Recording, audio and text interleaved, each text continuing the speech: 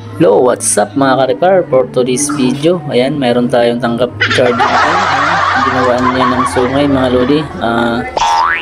Ayan, mayroon tong password. Ay paano ito matatanggalan mga lodi? Ayan po yung discard niya mga lodi. Kaya baguhin natin mga lodi. Ito yung ating furnace product mga lods.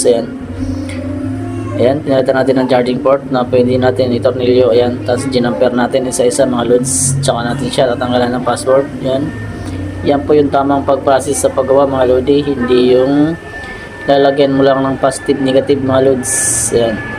Kaya importante talaga mga lodi ay kailangan kumpletuhin natin yung paa kasi pag nalimutan yung password mga lodi, yan, kailangan yan tanggalan ay hindi yan madidetect sa computer kahit anong gawin mga lods. Yan.